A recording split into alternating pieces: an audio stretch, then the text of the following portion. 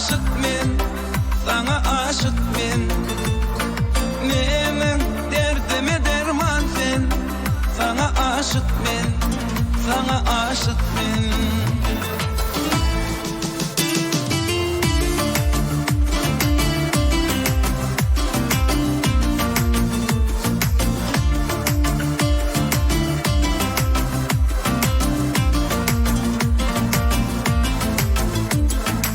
Ölüm gitme menin uzaklara, yalnızlıkta sensiz kalırım men.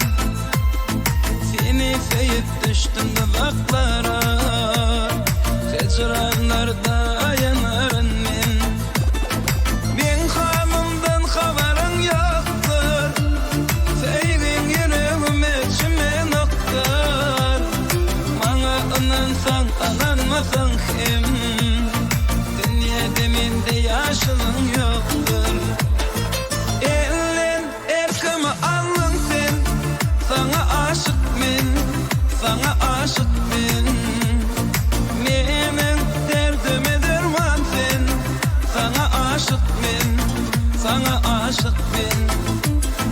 Menin erkimi alın sen, sana aşık men, sana aşık men.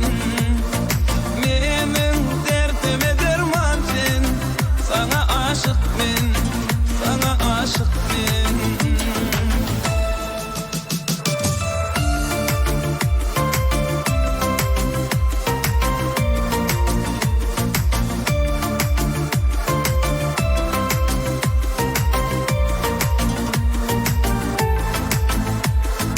Geceler bakıp yıldızlara, senin güzel keşfini görüyorum. Getirir batıp kaygılara, sensiz özümü yeke duyarım. Canım beni beyle kösenirme, taş deyip üstüme basıp yerme.